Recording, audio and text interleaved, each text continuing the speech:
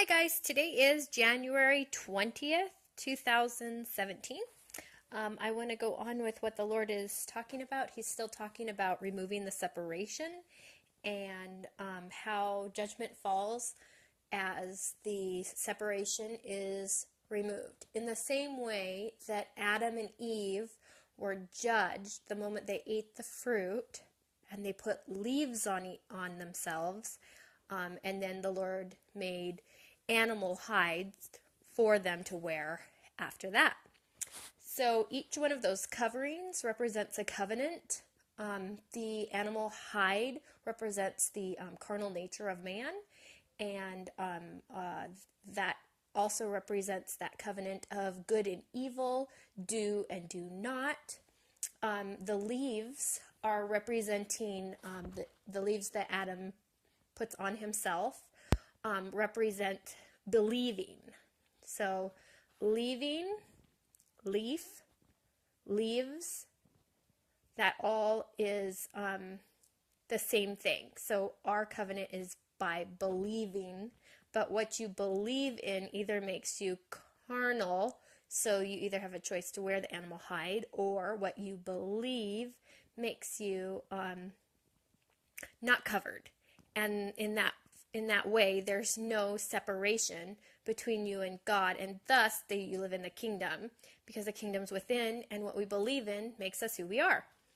So I want to look at this morning when I woke up, the Lord put in my mind that Adam's eyes were opened. And I thought that is interesting because it's exactly the opposite of what I understand that to mean. It sounds like, it looks as though his eyes were opened, where in fact his eyes were closed. Because when we do not see God, our eyes are closed. But really, when we see God, our eyes are open. So it's a backward situation. Once Adam ate of the fruit, as it says in Genesis 3, let me read that. It says, let's see here. The woman was convinced. This is verse 6, Genesis 3:6. The woman was convinced the fruit looked so fresh and delicious, and it would make her so wise. So she had convinced herself of that. So she believed in it. So she ate some of the fruit, so that there is her works. Because of she believed that, she did something, and there lies the sin. She also gave some to her husband, who suddenly felt shame at their nakedness. So he was aware of his nakedness, and he was aware that it was wrong to be naked. But remember in the garden, they were naked there, and he didn't know it was wrong. He believed it was right. So it's either you believe that you're naked, and you feel shame, or you are naked and you know that God's plan for you is right if you live in Eden. So they strung fig leaves together around their hips to cover themselves. So that word there, fig leaves. I looked up, also upon my heart this morning was this, and I've been hearing this for a couple last weeks. The leaves were used for medicine to heal the nations. So that's in Revelation 22, let's see here, 22:2. The leaves were used for medicine to heal the nations. So that same leaf that was covered, it covered Adam, is now going to be removed, and that is in a sense what heals the nations. We can remove our animal hide when we give up that judgment and condemnation, the good and the evil. I can't do this because this is what happens. When we remove that, we're setting it aside. That old covenant is gone. It's passed away. No more do and don't. Then you live by I believe. And that word, so I believe that Adam sinned before he knew he was sinning. But he didn't know sin in Eden. He didn't know of sin until he ate that fruit, and then he became aware. It's the same as when we take on the religious doctrine and the do's and don'ts. We realize our sin, and we take on a carnal flesh. We judge each other. We judge ourselves. We, do those things. And when you take that covering off, when you say, I'm no longer judging, but I'm going to love as Jesus commanded and as Jesus taught, that we're not to judge each other, that we're just supposed to love each other, then we start putting on the leaf. But then we get to a point where we're like, okay, God, this is what separates. Our belief in something is what separates us from being close to God or having our eyes, quote unquote, opened. And we are, at that point, we are away from God. Something separates us. So don't have the leaf separating you and don't have the animal skin separating you. They seem to be steps. So when Eve believed the serpent, she was convinced, it said, that then her action was eating the fruit. And that is faith manifesting. Because I believe the kingdom is within, this is an example. Because I believe Jesus when he said the kingdom is within. And I believe that's true because I also know God told me the kingdom is within. So that means it's inside of me. I'm no longer looking for an exterior kingdom that I can see with my physical eyes. I now know the kingdom is within. It's inside of me. And it's inside of the other person that believes the truth and somebody else that believes the truth. So it's inside of me, yet it's in them too. So I'm no longer looking for everybody's looking over to Israel and, there's a kingdom that's coming and maybe it might, but that's not the kingdom that I think Christ was referring to when he said the kingdom is within. That means inside of us. So that whole thing was really interesting. And the fact that it also correlates to yesterday or the day before when I said in Isaiah 26:19, it says, those who belong to God will live. Their bodies will rise again. Those who sleep in the earth will rise up and sing for joy. For God's light of life will fall like dew on his people in the place of the dead.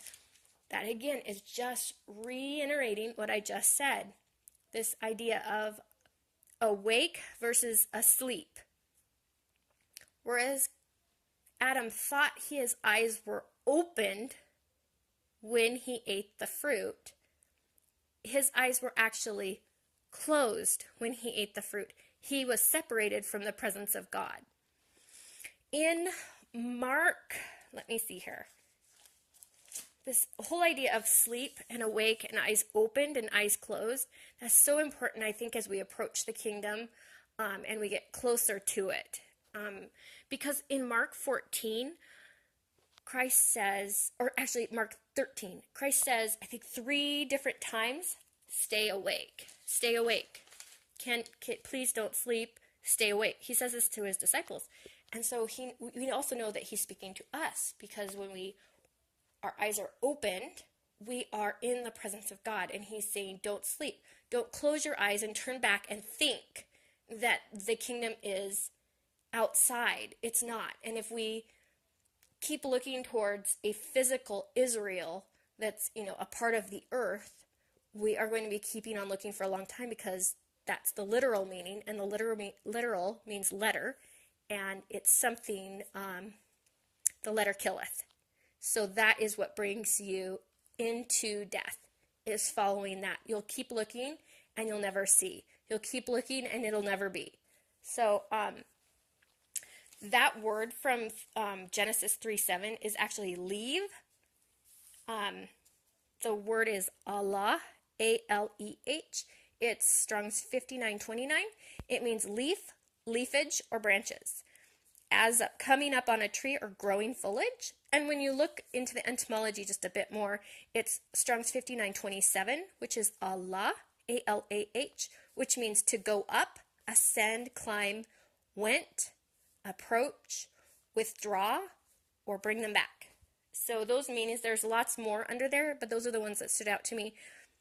That leaf is what's either going to, when you take off that leaf, you ascend to God. You are before the throne. He is in front of you. You are face to face. But if you keep believing that the kingdom is outside, that it's in another part of the earth, it's an earth place, then you will never be able to remove that leaf because you do not believe. I hope this is making sense.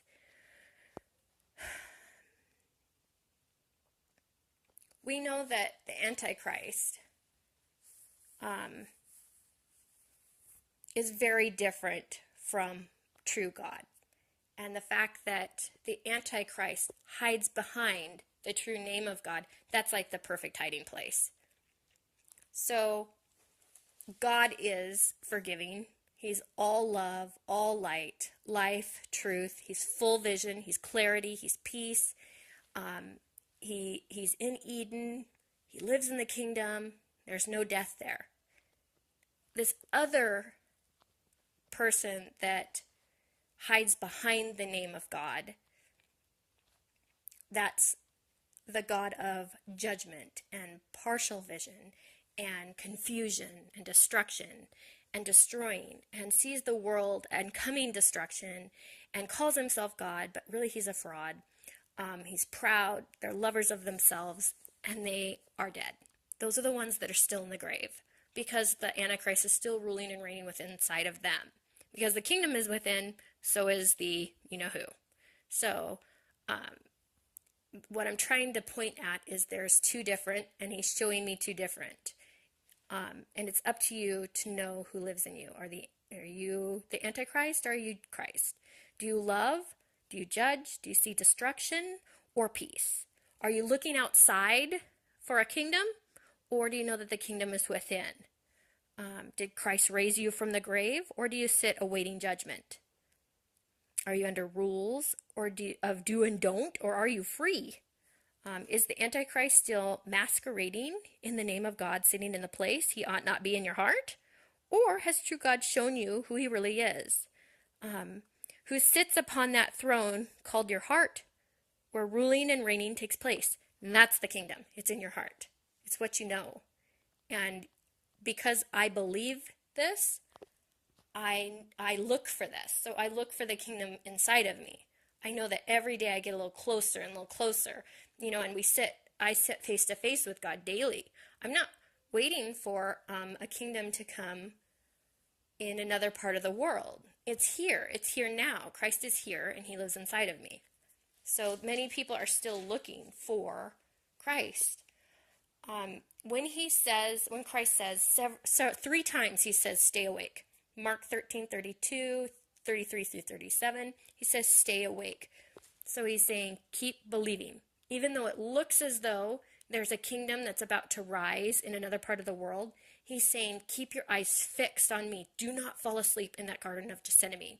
He says, stay awake. And I do believe that this is exactly what he's talking about. This is the last hour. And he's saying, keep your mind focused on me and keep your eyes fixed on me.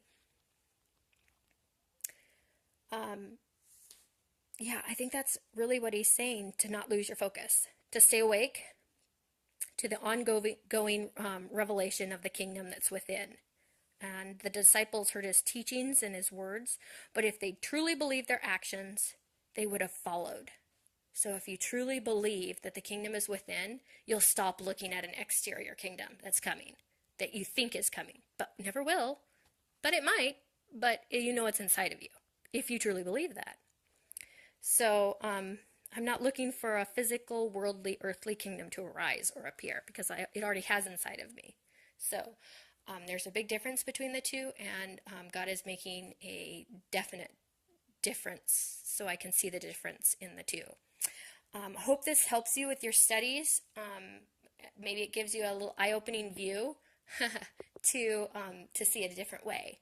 And I pray that the Lord's Spirit be upon you. And if you have any questions about this, take it to the Lord, because he is the one that showed me. I never would have known unless he made it appear in me. So I pray that his Spirit upon you, and he shows you all these things. And I have a good day.